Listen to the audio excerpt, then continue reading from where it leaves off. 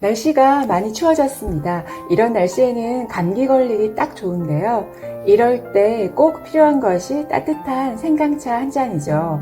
중국의 고서 노노에 보면 공자가 몸을 따뜻하게 하려고 매 끼니마다 생강을 챙겨 먹었다는 기록이 있습니다. 오늘은 공자가 매 끼마다 챙겨 먹었다는 생강이 어디에 좋은지, 또 먹어서 독이 되는 경우는 없는지 자세히 알아봅니다. Smart Senior TV. 먼저 생강의 효능부터 알아볼까요? 생강의 효능 첫 번째, 몸을 따뜻하게 하고 혈액순환을 촉진합니다. 생강의 매운맛을 내는 진저롤, 쇼가올이 이 역할을 하는데요. 우리 몸이 차갑다는 것은 체내에서 에너지를 생산하는 효소의 활동력이 떨어졌다는 의미와 동시에 혈액순환이 잘 되지 않는다는 것을 의미합니다.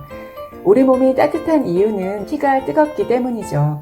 그런데 생강을 섭취하면 앞서 말씀드렸던 진저롤, 쇼가올 성분이 발열작용을 유도해서 몸속의 찬 기운을 밖으로 쫓아내 버립니다. 그리고 진저롤과 쇼가올은 염증과 가래를 완화시키는 효능도 있는데요.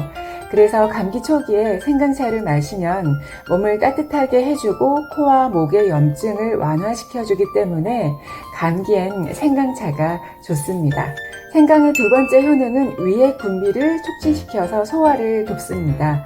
생강이 우리 몸을 따뜻하게 한다고 말씀드렸죠. 이 때문에 체질적으로 소화기가 차가워서 생기는 소화불량, 메스꺼움, 구토, 설사, 복부 팽만 등을 개선하는 데 도움이 됩니다.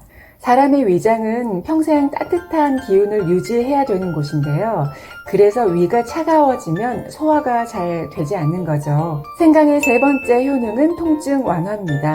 생강을 천연 아스피린이라고도 부르죠. 그만큼 진통 효과가 강합니다. 진저롤, 쇼가올 성분이 통증을 완화시켜 주는데요.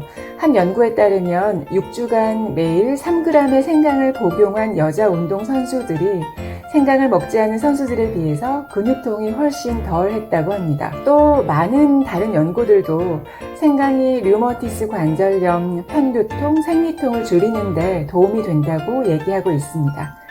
생강의 네 번째 효능은 멀미 예방입니다. 연구에 따르면 멀미약을 복용한 사람보다 생강차나 생강 분말을 복용한 사람에게서 멀미 진정 효과가 2배가량 더 높게 나타났다고 합니다. 위장이 편해지면 멀미도 감소하게 되는데요. 멀미 심하신 분들은 여행하시기 전에 따뜻한 생강차 한 잔 먼저 드시거나 생강 분말 또는 생강 캡슐을 미리 챙겨 드시길 추천드립니다. 생강의 다섯 번째 효능은 붓기 제거입니다. 우리 몸의 60에서 70% 이상이 수분으로 이루어져 있습니다. 그래서 혈액순환이 제대로 되지 않으면 몸이 붓게 되는데요. 특히 하체가 자주 붓고 상체보다 하체에 살이 더 잘 붙는 것도 혈액순환이 잘 되지 않기 때문입니다. 지구의 중력이 우리 몸에도 작용하기 때문에 심장에서 멀고 땅에서 가까운 하체부터 붓게 되는데요. 생강이 말초혈관을 활짝 열어서 혈액순환을 촉진하고 몸을 따뜻하게 해서 땀이 나게 합니다. 또 이뇨를 促진해서 소변을 잘 보게 해줍니다. 그래서 붓기를 싹 빼주는 거죠. 이 밖에도 생강은 항산화 작용이 강해서 암을 예방해줄 뿐만 아니라 항암제의 부작용도 줄여줍니다. 또 각종 여성 질환을 예방하는 효과가 있어서 자궁이 차다, 냉하다 하시는 분들은 익모초와 생강을 함께 드시면 도움을 받을 수 있습니다. 그런데 이렇게 좋은 생강도 모든 사람에게 효과적인 것은 아닙니다. 어떤 사람에게는 독이 될 수도 있는데요. 생강이 맞지 않는 사람, 첫 번째는 당뇨약을 복용하는 경우입니다. 생강의 진저롤 성분은 인슐린 분비를 원활하게 하고 혈당을 낮춰주는 효과가 있습니다. 그래서 생강이 당뇨에 매우 좋은 식품으로 알려져 있죠. 하지만 이미 당뇨약을 드시고 있다면 이중으로 혈당 수치를 떨어뜨릴 수 있기 때문에 조심하셔야 합니다. 당뇨약 복용으로 저혈당 상태일 경우 생강을 추가로 복용하면 저혈당 쇼크가 올 수 있기 때문인데요.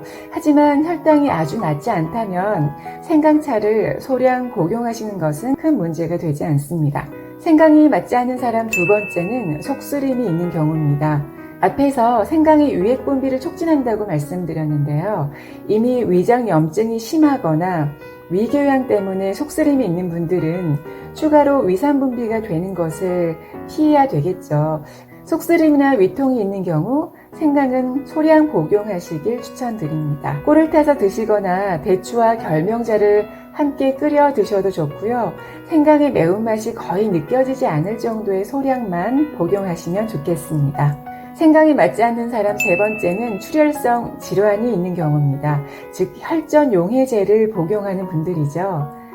생강이 혈액순환을 돕긴 하지만 피를 묽게 하는 효과가 있어서 혈전 용해제를 복용하면서 추가로 생강을 다량 섭취하면 좋지 않습니다. 생강이 맞지 않는 사람 네 번째는 열이 많은 사람입니다. 생강이 우리 몸에서 발열작용을 한다고 말씀드렸는데요. 그래서 열이 많은 분들은 생강을 드실 경우에 열이 과도하게 몸에 축적될 수 있습니다. 그래서 오히려 체력이 더 빨리 소모되고 피로감이 증가될 수 있는데요. 또 생강의 열성 때문에 피부 가려움증이나 두드러기, 발진 등의 부작용이 생길 수도 있습니다. 이렇게 다양한 효능이 있는 생강은 어떤 음식과 함께 먹으면 더 효과가 좋을까요? 생강과 어울리는 음식 첫 번째는 계피입니다. 생강이 위장의 소화작용을 도와 구토와 어지럼증을 없애준다면 계피는 체내의 여러 순환에 도움을 줘서 몸을 가볍게 해주고 혈액순환을 원활하게 해줍니다. 손과 발이 차고 아랫배가 차가워 추위를 많이 타는 분들은 꿀을 넣은 생강 계피차가 도움이 될 수 있습니다. 두 번째는 대추입니다. 생강은 계피와 비슷한 성질을 가지고 있어서 함께 먹으면 시너지를 낼 수 있는 음식이라면 대추는 생강의 성질을 부드럽게 완화해주는 역할을 하는데요.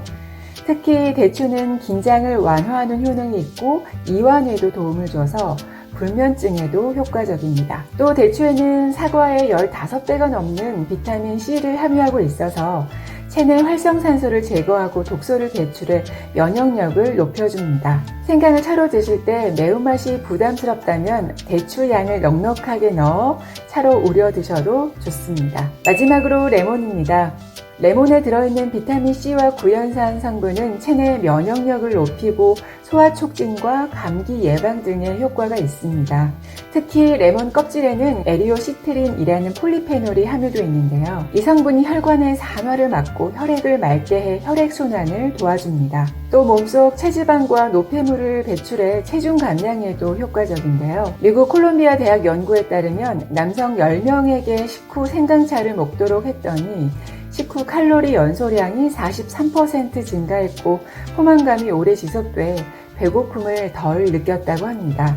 이처럼 매일 아침 생강차에 레몬즙을 넣어 먹으면 해독과 지방 연소를 촉진해 염증을 줄이고 체중을 조절하는 데 효과적일 수 있습니다. 공자는 생강이 몸에 좋다고 매일 몇 끼니 챙겨 먹었지만 다른 사람이 좋다는 음식을 무조건 따라 드시지 마시고 자신의 체질을 잘 이해하고 그에 맞는 음식을 잘 찾아 드셨으면 좋겠습니다. 오늘도 여러분의 건강한 하루를 응원합니다. 스마트 시니어 TV 다음에 더 알찬 소식 가지고 찾아올게요. 감사합니다.